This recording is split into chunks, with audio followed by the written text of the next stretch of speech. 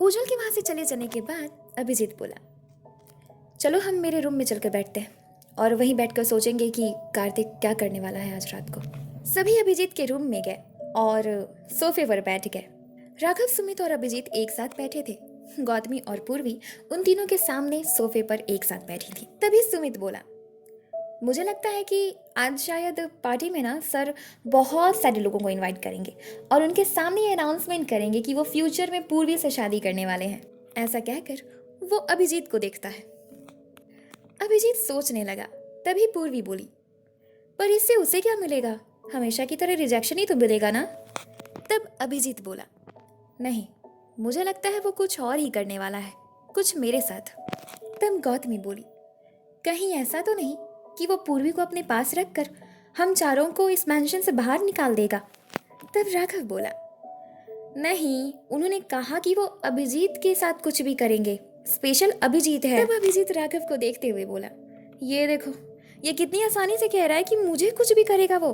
अरे यार, वो कार्तिक है, कुछ भी कर सकता है, वो तो मुझे गोली भी मार सकता है। अभिजीत को देखते हुए थोड़े से घबराए हुए टोन में बोली, नहीं, मुझे नहीं लगता कि वो तुम्हें कुछ ऐसा करेगा, क्योंकि वो जानता है कि मेरी जान तुम चारों में बसती है, और अगर वो ऐसा कुछ भी करेगा तो मैं उसे इस जन्म में तो क्या, किसी जन्म में एक्सेप्ट नहीं करने वाली, और कभी भी नहीं। फिर तो ये उसका एक सपना ही बन के रह जाएगा। तभी पूर्वी की बात पर गौतमी झट से बोल पड़ी, और अगर वो हमें चोट ना पहुंचा कर हमारा ख्याल रखे तो क्या तू उसे एक्सेप्ट कर लेगी पूर्वी? तभी पूर्वी बिना सोचे बोली, हाँ, तो उसमें खराबी क्या है?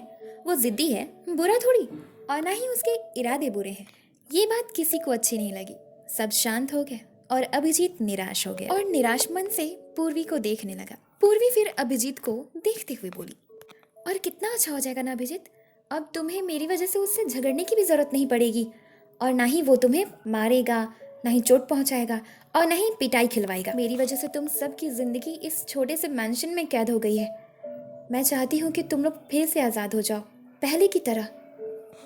पता है, जब से मैंने सुना है ना कि आज शाम के लिए तुम उसके लिए स्पेशल हो, तब से बहुत मन घबरा रहा है मेरा। पता नहीं वो क्या करने वाला है। इसलिए मैंने फैसला किया है कि इससे पहले कि वो कुछ करे, मैं ही उसे एक्सेप्ट कर लूँगी और तुम चारों को तुम्हारे घर भिजवा दूँगी। फिर सब ठीक हो जाएगा। फिर मैं भी कार्तिक के साथ कुछ दिनों में वापस आ जाऊँगी।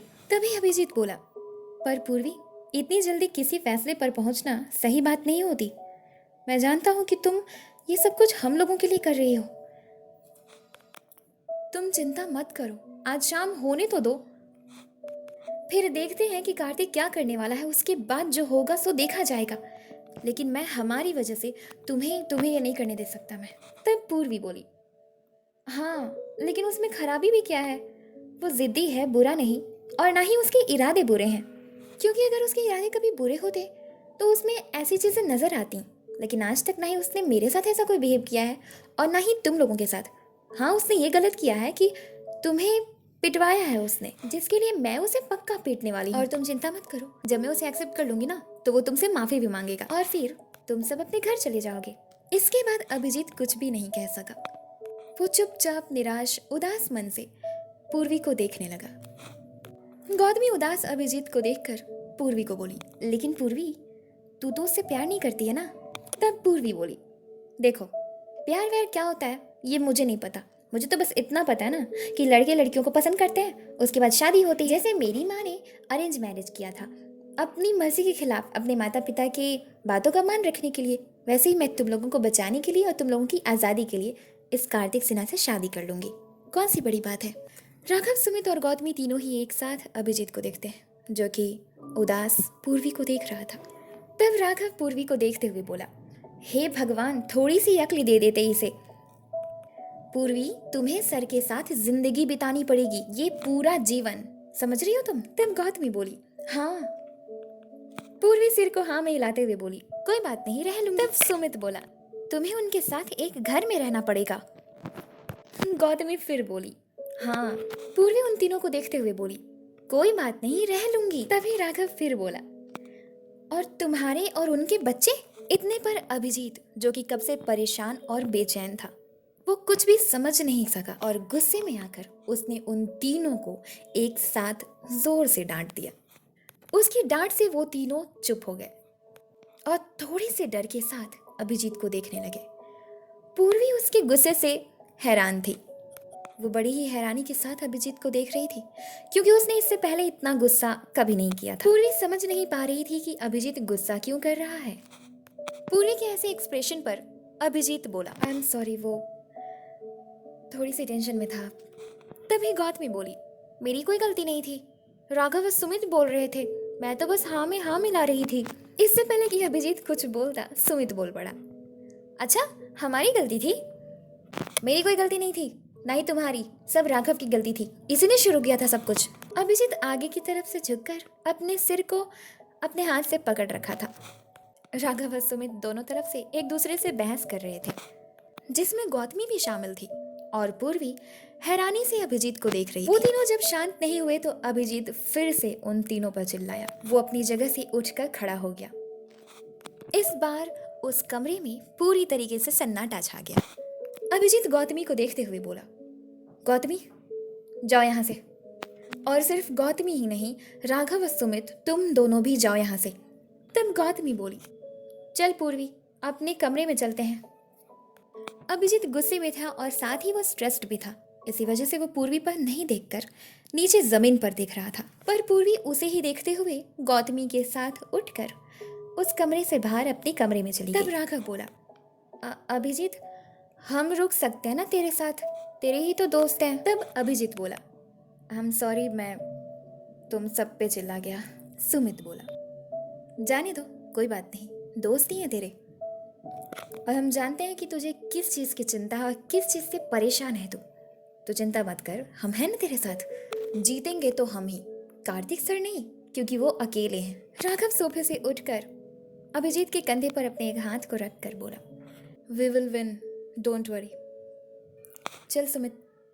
सुमित भी सोफे से खड़ा हुआ और उसके कंधे पर अपने एक हाथ से थपथपा कर पूर्वी के रूम में राघव के साथ उन सब के वहां से चले जाने के बाद अभिजीत सोफे पर बैठ गया और अपने सिर को अपने एक हाथ से पकड़कर पूर्वी के बारे में सब कुछ सोचने लगा। उसे कुछ भी समझ नहीं आ रहा था कि वो क्या करे। इसी वजह से वो रोने लगा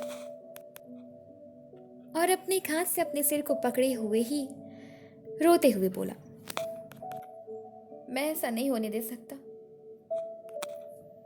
तभी कार्तिक की आवाज दरवाजे के तरफ से आई। वो बोला, आज तक तुमने होने क्या दिया है? उसकी आवाज पर अभिजीत ने झट से अपने सिर से अपने हाथ को हटाया और दरवाजे की तरफ देखा, जहां पर कार्तिक खड़ा था और वो सीरियसली गुस्सा था। उसे देखकर अभिजीत ने अपनी आंसुओं को साफ किया और सोफे से उठकर कार्तिक की तरफ मुड़कर खड़ा हो गया। कार्तिक अभिजीत के नजदीक आया और बोला, क्या बात है, रो रहे हो? हार मान ली क्या तुमने? अभिजीत गुस्से से बोला, हार वो मानते हैं जिन्हें हारने का शौक हो, और मुझे हारने का कोई शौक नहीं कार्तिक। कार्तिक उसकी बात पर हंसता है और बोला, तुम्हारा ये एटीट्यूड मुझे बहुत पसंद है अभिजीत। ये जानते हुए भी कि तुम हारने वाले हो, फिर भी इतनी साहस है तुम में, और अभी भी डट कर मेरे सामने खड़े हो, क्या बात है, सराहनीय है ये। अभिजीत फिर से बोला, तुम चाहे कितनी भी कोशिश कर लो, तुम नहीं जीत सकते कार्तिक। मैंने आज तक ये नहीं कहा, पर आज कह रहा हूँ, मैं जीतूंगा और मैं ही जीतूंगा, और ये मेरा वादा है तुमसे। कार्तिक बोला, और मैं तुम्हें जीतने नहीं दूंगा, ये मेरा वादा है तुमसे। दोनों ही एक दूसरे को गुस्से से घूरते हुए देख रहे थे। तभी वहां दरवाजे पर पूर्वी आ गई। उसने उन दोनों को एक दूसरे के आमने सामने देखकर दरवाजे पर 2 उंगली से नॉक किया। दोनों को ही उसे देखते ही उन दोनों का गुस्सा शांत हो गया। इतने पर पूर्वी बोली, तुम दोनों किस जीत की बात कर रहे हो? कौन सा गेम खेल रहे हो तुम दोनों? अभिजीत बात को घुमाते हुए बोला, वो हम दोनों एक गेम खेल रहे हैं ना, जिसमें कार्तिक ओवर कॉन्फिडेंट है कि वो जीत जाएगा। इतने पर कार्तिक अभिजीत को देखकर बोला, नहीं, ओवर कॉन्फिडेंट मैं नहीं, तुम हो अभिजीत। इतने पर अभिजीत फिर बोला, इसे विश्वास कहते हैं कार्तिक। कार्तिक बोला, ये मैं भी कह सकता था, अभिजीत बोला, पर कहा नहीं। ऐसे गेम नहीं खेलते कार्तिक। सामने वाले को हराने का एक भी मौका नहीं छोड़ना चाहिए, वरना सामने वाला उसका फायदा खूब उठाता है, बिल्कुल उसी तरह जिस तरह मैंने उठाया। पूर्वी खुश होते हुए बोली, बिल्कुल ठीक कहा तुमने अभिजीत। पूर्वी अभिजीत के पास दौड़ कर आई और उसका हाथ वो जैसे ही पकड़ने वाली थी, वैसे ही उसने कार्तिक को देखा, जो कि पूर्वी को ही गुस्से से देख रहा था। फिर उसने अपने हाथ को हटा लिया और अभिजीत को देखते हुए बोली, अभिजीत तुम मेरे कमरे में चलो, गौतमी बुला रही है तुम्हें। पूर्वी ने कार्तिक की वजह से ऐसा किया था, इसी वजह से कार्तिक अभिजीत को शो ऑफ करते हुए उसे देखकर स्माइल करता है, जिस पर अभिजीत को बहुत ज्यादा गुस्सा आता है। इतने पर अभिजीत ने झटके से पूर्वी का हाथ पकड़ा और उसे अपने साथ लेकर रूम से बाहर पूर्वी के रूम की तरफ चला गया, जिस पर कार्तिक गुस्सा होकर वहीं खड़ा रह गया। अभिजीत का हाथ पकड़कर उसके पीछे जाती हुई पूर्वी सिर्फ अभिजीत को ही देख रही होती है। उसने ऐसा कभी भी अभिजीत से एक्सपेक्ट नहीं किया था। ये उसके लिए काफी इम्प्रेसिव था। थोड़ी ही देर में वे दोनों पूर्वी के रूम में पहुंच गए, जहां गौतमी राघव सुमित सोफे पर बैठे उन दोनों का इंतजार कर रहे थे। पूर्वी का हाथ अभिजीत ने गेट पर ही छोड़ दिया और खुद रूम के अंदर सोफे पे आकर बैठ गया। राघव अभिजीत को देखते हुए बोला, अभिजीत कार्तिक सर ने ना तेरे लिए कपड़े खरीदे हैं, आज रात तू यही पहनेगा, वो देख बिस्तर पर रखा हुआ है। अभिजीत ने अपने सिर को घुमाकर बिस्तर पर देखा, जहां पर उसके कपड़े रखे हुए थे। तब गौतमी गेट की तरफ देखते हुए बोली, पूर्वी तू वहां क्यों खड़ी है, यहाँ ना, आ मेरे पास आके बैठ। गौतमी की बात पर अभिजीत सिर को घुमाकर पूर्वी को देखता है। पूर्वी दरवाजे पर खड़े होकर अभिजीत को ही देख रही थी। अभिजीत को देखते ही उसने अपने सिर को नीचे कर लिया और फिर गहरी सांस लेकर खुद को अंदर से शांत करते हुए आकर गौतमी के बगल में बैठती है। पूर्वी अभिजीत को नहीं देख रही थी। पूर्वी को उस तरह देखकर सुमित बोला, क्या बात है पूर्वी, तुम इतनी घबराई हुई क्यों हो? तब सभी एक साथ पूर्वी को देखते हैं। वो सभी को एक एक करके देखती है और फिर फेक हंसी हंसते हुए बोली, नहीं तो कहाँ घबराई हुई हूँ मैं, और घबराऊंगी क्यों? हाँ थोड़ी सी घबराहट हो रही है, ये बात सोच सोच के कि आज रात को कार्तिक क्या करने वाला है। अभिजीत पूर्वी से नाराज हो चुका था, इसी वजह से वो पूर्वी से नजर हटा लेता है और फिर सोफे से उठकर बोला, मैं अपने रूम में आराम करने जा रहा हूँ, पार्टी में मुलाकात होगी फिर से। और इतना कहकर बिना किसी के कुछ सुने वहां से अपने कमरे में चला गया। सभी उसे देखते ही रह गए। फिर सुमित बोला, मुझे लगता है कि अभिजीत को आराम करने देना चाहिए, चलो अब हम दोनों भी चलते हैं, तुम दोनों आराम से बातें करो, पार्टी में मिलेंगे फिर से। पूर्वी बोली, क्यों बीच में नहीं मिल सकते, पार्टी से पहले नहीं मिल सकते, मैं क्या अकेले पार्टी में आऊंगी? तब राघव बोला, अरे यार गौतमी है ना तुम्हारे साथ। तब पूर्वी बोली, भाग, गौतमी क्या करती है, वो कार्तिक बस पिस्टल सामने रख देगा ना तो दुम दबाकर भाग जाएगी, और अभिजीत जो मुझे बचा सकता है वो तो खुद रूम में चला गया, पता नहीं इसे क्या हुआ है आज सुबह से ही। तब गौतमी बोली, राघव सुमित तुम दोनों जाओ, जाकर अभिजीत का ख्याल रखो, शायद उसे किसी की जरूरत है इसलिए। ऐसा कहते हुए उसने शिकायत भरी नजरों से पूर्वी को देखा। पूर्वी मासूमियत से हैरानी से गौतमी को देख रही थी और फिर मन में बोली, ये सब मुझे देखकर ऐसे वियर्ड रिएक्ट क्यों कर रहे हैं, हुआ क्या है, कुछ तो है जो मुझे समझ नहीं आ रहा। राघव सुमित के वहां से चले जाने के बाद गौतमी बोली, क्या कहा था तूने, कार्तिक को देखते ही मैं दुम दबा के भाग जाती हूँ? ऐसा नहीं है, वो तो खुद मुझसे डरता है। इतने पर पूर्वी बोली, चल झूठी कहीं की, पिस्टल निकाल ले तो अपनी दोस्ती भी भूल जाए तू। तब गौतमी बोली, अरे वो हम बच्चे हैं ना, तो पिस्टल से तो तू भी डरती है, नहीं देखा था तूने जब मैंशन में पहली बार हम आए थे तो उसने गार्ड के हाथ में गोली मारती थी तो तू तो खुद अभिजीत के पीछे जाके छिप गई थी। वो तो अभिजीत है इतना ब्रेव जो उसके सामने पिस्टल होने के बावजूद भी खड़ा रहा। तब पूर्वी बोली, हाँ अभिजीत सच में बहुत अच्छा है और बहुत ज़्यादा स्ट्रांग भी है, साथ में वो मुझे हमेशा प्रोटेक्ट करता है, हर मुसीबत में वो मेरे साथ रहता है।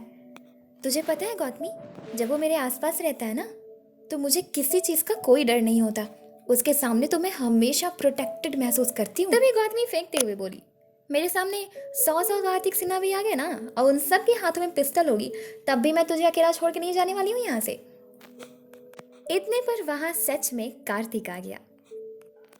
वो गेट पर खड़े होकर बोला, गौतमी जाओ यहाँ से, मुझे पूर्वी से कुछ बात करनी है। गौतमी और पूर्वी कार्तिक को देखकर सोफे से एक साथ खड़े हो गए। पूर्वी ने गौतमी का हाथ पकड़ लिया और बोली, तू कहीं नहीं जाएगी, और तुम्हें जो बात कहनी है वो इसी के सामने कहो, मैं अकेले में तुमसे नहीं मिल सकती। इतने पर कार्तिक अंदर आते हुए बोला, क्यों? अभिजीत से अकेले में मिल सकती हो, पर मुझसे नहीं मिल सकती। पूर्वी आज दोपहर की बात सोचते हुए जब उसने अभिजीत से डांट खाई थी, कार्तिक को देखकर बोली, ठीक है गौतमी, तू जा रूम के बाहर, बोलो क्या बोलना है। तब गौतमी पूर्वी को देखते हुए बोली, ठीक है तुम कह रही हो इसलिए जा रही हूँ। फिर वो कार्तिक को देखते हुए बोली, लेकिन अगर कोई और कहता तो यहाँ से हिलती भी नहीं। कार्तिक गौतमी को गुस्से से घूरता है। गौतमी उसे क्रॉस करके रूम से बाहर चली गई, मगर वो कहाँ जाने वाली थी? वो तो रूम के बाहर छिपकर कार्तिक और पूर्वी की बातों को सुनने लगी। कार्तिक आकर पूर्वी के सामने सोफे पर बैठा और पूर्वी को भी अपने सामने सोफे पर बैठने को कहता है। पूर्वी बैठ गई और बोली, तो बताओ। कार्तिक बोला, जो ड्रेस मैंने तुम्हें दी है तुम उसी ड्रेस को पहनोगी, और अगर तुमने उसकी जगह पे किसी और ड्रेस को पहना तो मैं उस ड्रेस को अपने हाथ से तुम्हें पहनाऊंगी। तब पूर्वी बोली, क्या बदतमीजी है ये, तुम ऐसी बदतमीजी वाली बातें करने आए हो? कार्तिक बोला, नहीं, मैं बस तुम्हें ये बताने आया हूँ कि तुम्हें वही ड्रेस पहननी है। पूर्वी बोली, हाँ हाँ वही ड्रेस पहनूंगी। ठीक है। कार्तिक बोला, पूरी बात तो सुन लो, तुम वो ड्रेस पहन लोगी आज शाम को तो मैं समझ जाऊंगा कि तुमने मुझे एक्सेप्ट कर लिया है। पूर्वी ध्यान से उसकी बातों को सुन रही थी। फिर कार्तिक बोला, और अगर तुम उस ड्रेस को नहीं पहनती हो तो मैं समझूंगा कि तुम्हें अभिजीत प्यारा नहीं है। पूर्वी घबरा गई और बोली, मैंने अगर उस ड्रेस को नहीं पहना तो तुम क्या करोगे? कार्तिक बोला, अगर तुमने उस ड्रेस को नहीं पहना तो अभिजीत को मैं जान से मार दूंगा, और तुम जानती हो कि मैं कुछ भी कर सकता हूँ पर तुम कुछ नहीं कर सकती। पार्टी शाम 7 बजे से शुरू होने वाली है। जितने भी गेस्ट को इनवाइट किया है वो सभी गेस्ट 7 बजे से आने शुरू हो जाएंगे। आज मैं तुम्हें भी एक सरप्राइज देने वाला हूँ। मुझे पता है कि उस सरप्राइज को जानकर तुम्हें बिल्कुल खुशी नहीं होगी, तो अब मैं चलता हूँ और तुम तैयार हो जाओ। इतना कहकर कार्तिक वहां से उठकर अपने कमरे में चला गया। वो गौतमी को नहीं देख पाया था क्योंकि गौतमी दरवाजे के बाहर दूसरी साइड खड़ी थी और कार्तिक का कमरा दूसरे साइड था, इसलिए वो बिना गौतमी को देखे ही अपने कमरे की तरफ सीधे चला गया। उसके जाते ही गौतमी अंदर आई और आकर पूर्वी के सामने बैठकर बोली, पूर्वी क्या डिसाइड किया है तूने? पूर्वी बहुत गहरी सोच में डूबी हुई थी। वो बोली, मैंने जो डिसाइड किया है वही कार्तिक ने भी फैसला लिया है। मैंने कहा था कि आज शाम को उसे एक्सेप्ट कर लूंगी, उसने भी यही कहा है, और अब तो मुझे एक्सेप्ट उसे करना ही पड़ेगा ना, क्योंकि बात तो अभिजीत की जान की है ना। गौतमी मन में बोली, कार्तिक ना दुनिया का सबसे बड़ा बुद्धू इंसान है, वो अभिजीत को दांव पर लगाकर पूर्वी को पाने की कोशिश कर रहा है। इस तरह तो ये पूर्वी अभिजीत की तरफ ही अट्रैक्ट होगी। चलो बहुत बढ़िया है, कुल्हाड़ी पैर पे नहीं गिरी तो ये कुल्हाड़ी पर अपना पैर मार रहा है। अब तो मुझे दया आ रही है कार्तिक पर, मगर मैं अपने दोस्त को भी तो धोखा नहीं दे सकती ना। एक काम करती हूँ, सारा फैसला ना पूर्वी पे ही छोड़ देती हूँ। मुझे भी कुछ करने की ज़रूरत नहीं है, क्योंकि ना ही कार्तिक और ना ही अभिजीत, इन दोनों में से किसी की कोई गलती नहीं है। दोनों ही पूर्वी को डिजर्व करते हैं, क्योंकि एक तरफ कार्तिक अपना सब कुछ छोड़कर पूर्वी के पीछे लगा हुआ है और दूसरी तरफ अभिजीत की जिंदगी दांव पर लगी हुई है और उसने भी अपनी जिंदगी पूर्वी को सौंप दी है। क्या होगा आगे? वो मन ही मन गॉड से प्रार्थना करते हुए बोली, ओ गॉड अब आप ही कुछ कीजिए, क्या होगा?